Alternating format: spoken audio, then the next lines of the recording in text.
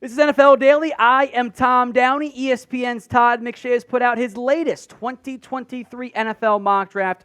We'll break down and react to every first-round pick. Beginning with number 1 overall, the Bears trade it to the Indianapolis Colts. They get a first-round pick, a second-round pick, a fifth-round pick, and maybe even a future first. Now, I want to be clear on this one from Todd.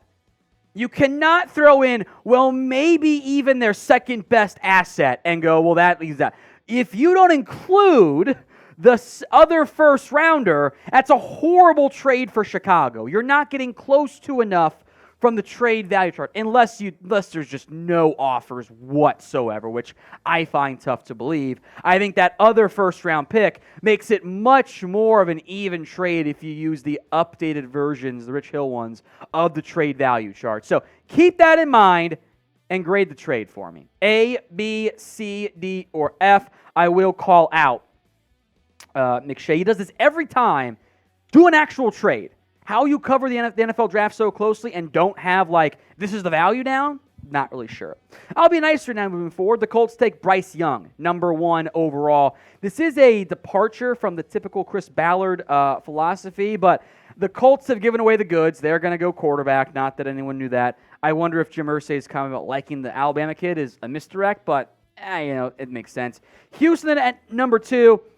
We've gone back and forth for a long time over these picks, who's going where. We won't spend too much time on it. Stroud, Houston makes sense. Will Anderson to Arizona. You get an edge rusher there. Great. You need help there off the edge. No complaints. And the Bears still get Jalen Carter, who is a flawless fit for what Matt Eberflus wants to do at the 3-technique spot. No complaints at all with those first 4 picks. Where things get tough is the drop-off in defensive talent from Anderson to Carter. I do think Tyree Wilson is the next best available option, but there is a tier break there, and he fits what Seattle likes to do, so I won't complain too much there. Myles Murphy goes number 6. It's a little bit early for me. A common theme among several of the draft prospects this year is that I thought they were better in 2021 than they were this year. Myles Murphy checks that box. Jalen Carter's the dream pick for Detroit, but you're at 6. You're probably not going to be able to get him. So cornerback, tough spot for the Lions, I think, in terms of just the overall talent. Maybe someone wows with the combine in, which could be Murphy, by the way. We all feel better about the fit. Now, we did my mock draft after the Super Bowl, $150K. Thank you all so much for watching and engaging there. Now, if you want my next mock, my own, data showed it's more accurate than McShay's, to have trades, we didn't do trades last time, vote if you want that. Y for yes, N for no. If an ad break comes here, take advantage. Go to the pinned comment so I can more easily track the poll results. Y for yes, N for no. Number 7, the Raiders take Will Levis. I'm terrified of letting Josh McDaniels take another QB, but that's kind of where you're at there. If you can fix the issues that he does have, there's immense upside. He's even got some pro-style concepts in his background, but the consistency is just not there. Peter Skoronski at a Northwestern, number 8, the offensive lineman. Probably would play guard for Atlanta. If he had 34-inch arms, he'd be a top 5 pick. He doesn't. He is going to have under 33-inch arms. That's going to drive him down and take him out of the first round for some teams. I think he should be a top 10 pick. No-brainer, though. Anthony Richardson, number 9. Now, fun note from this mock draft, we've never seen 3 teams or more hire a new coach and draft a QB in the top 10 in the same offseason. That could change this year. Carolina could do it. You could see Houston, Indy do it. That would be interesting.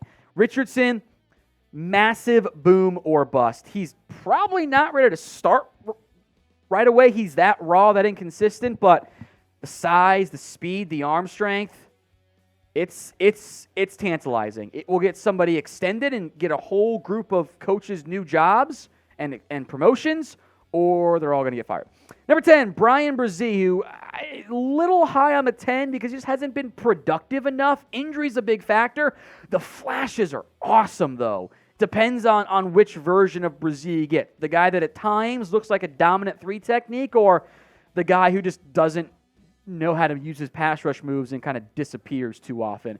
For Philadelphia, the upside at number 10 with 2 first-rounders, I'm okay with that. Today's NFL mock draft reaction is made possible by LinkedIn Talent Solutions.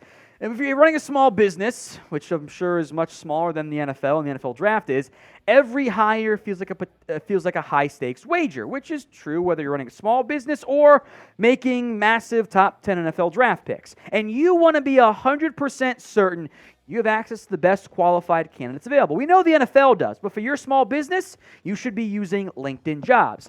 LinkedIn Jobs helps find the right people for your team faster and for free. It's easy to create a free job post. It'll lead to better results, as we at Chat Sports can confirm. Add your job and the purple hashtag hiring frame to your LinkedIn profile to spread the word that you're hiring.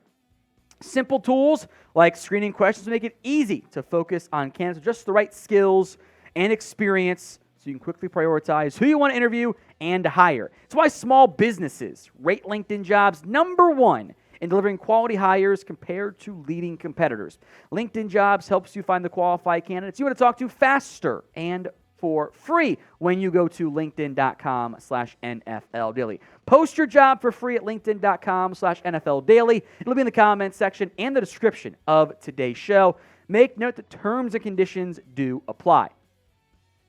It is not often you see a mock draft that does not feature Paris Johnson to Tennessee. Huge need, plug and play left tackle, just makes sense. Quentin Johnston at a TCU here to Houston. He built like a bigger body guy, but actually hasn't been as productive in the 50-50 balls. But he's got, I think, curious how well he runs. But he's got the size, good enough speed at his size, and is dynamic after the catch. And get a playmaker for Stroud. No complaints there, or for Stroud. No complaints there at all. Broderick Jones, the Jets. I'm not sure Mekhi Becton's going to be a piece. He's played 1 game since 2020. Huge red flag there. George Fant's a free agent. I'm on board there. Joey Porter Jr. here out of Penn State, who I like a lot, is in the mix to be the number 1 cornerback taken. To New England, though, I'm not as sure. Yeah, Jonathan Jones is a free agent, but they have Jack Jones and Marcus Jones. They have Jalen Mills, technically, Miles Bryant. They like the smaller guys. I'm not sure corner's their biggest need, but the Patriots do weird things. Michael Mayer, whoever your quarterback is in Green Bay, needs more playmakers. They've not taken a pass catcher in round 1 since 2020. Michael Mayer is a true inline wide tight end. I think he's going to be a stud in the NFL. I also love Devin Witherspoon, who had awesome production this year at Illinois. Ball skills, lockdown corner, all of it. A little bit thin. Very curious how well he tests in terms of top-end speed. It's a bit of a question mark for me. I would love him at 16 to the Commanders. Witherspoon's one of my favorite prospects. We had him in our mock drafts pretty early on, and then we realized we're actually too low on him, which is always fun. So, who is your favorite prospect in this year's draft? Let me know right now in the comment section. Little cornerback run here. Christian Gonzalez, fine with this. It's a need. He's got the size, the length, both the height and the weight, I should say, and ball skills and speed. There are some who think he'll be the number 1 cornerback in this year's class. Kelee Ringo, for me, is now in the he's so overrated, he's underrated. I never loved the top 5 buzz for Ringo. That was a bit much, or top 6 even.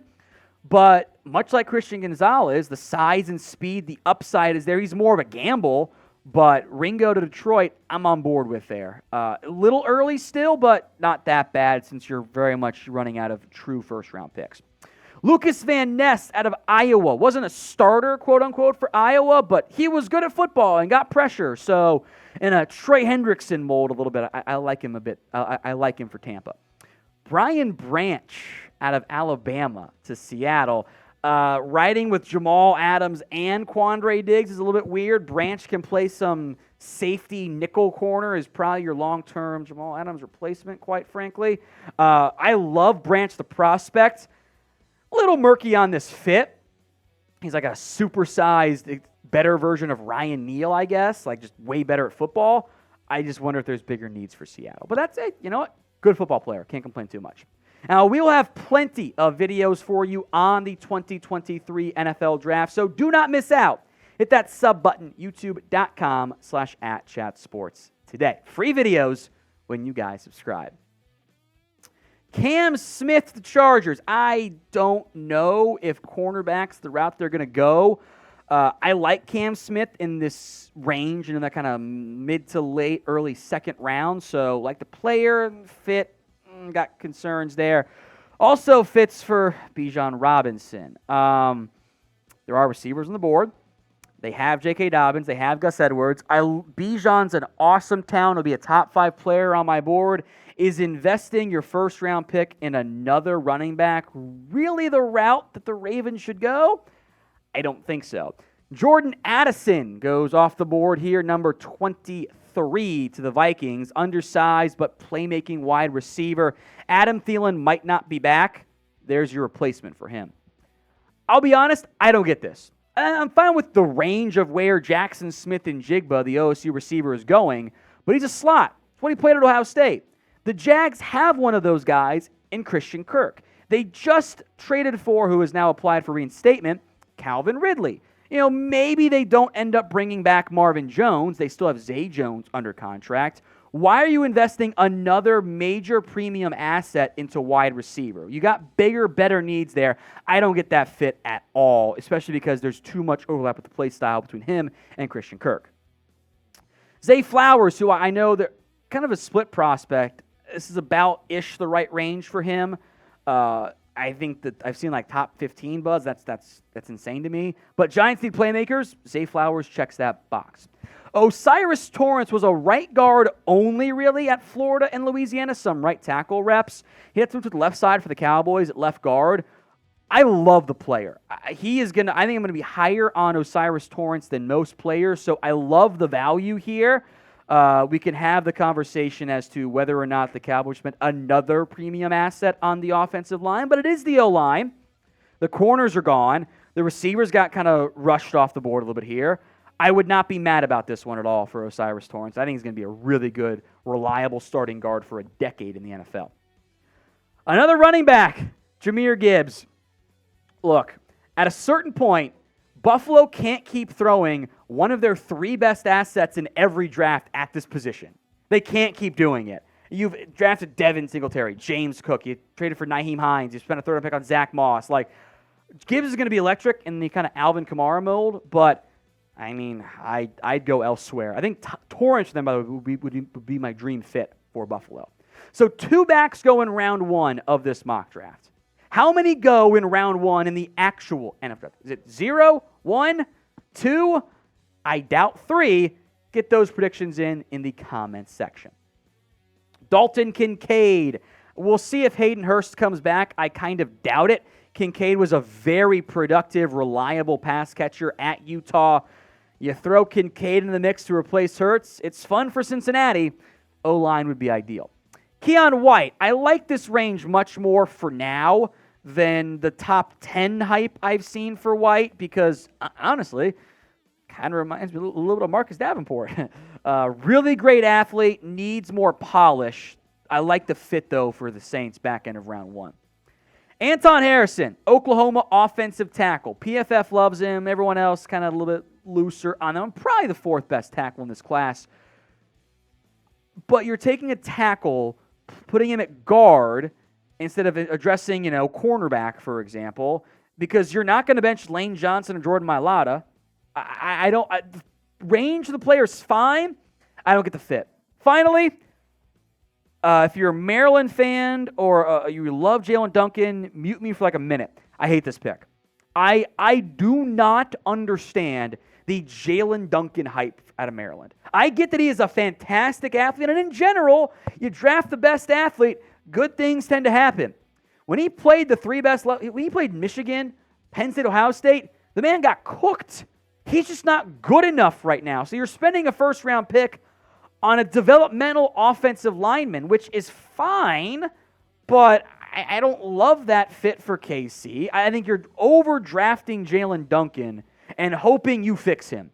And there's a long list of linemen who don't get fixed. Now, if he goes to work with Duke Manyweather, I'll feel better about that. But that's a massive boom or bust for me. And he just hasn't been good enough at playing offensive line. The whole reason why you take him. So I hate that pick for KC. Who do you think Todd McShay left off of his 2023 NFL mock draft? I'm going to give some names here, but I want to hear from you guys first. Drop that player's name in the comment section. Some prospects I like a bit more than others, or at least McShay, I suppose, here. Jalen Hyatt out of Tennessee, Drew Sanders out of Arkansas, Luke Musgrave out of Oregon State, who's been getting some hype as a maybe late round one pick. I think Sanders' best linebacker this year, off-ball linebacker. Kalijah Cansey, undersized, but he is productive. I'm fine, back end of round one. Nolan Smith, I know the injuries have hurt production. If I take him over for Eagles or KC, be a great fit. I think he should be a top 5-ish edge in this year's class because of that upside. So we'll have more NFL draft coverage. Make sure you guys are subscribed right here on Chat Sports. And remember to check out LinkedIn Jobs, linkedin.com/NFL Daily.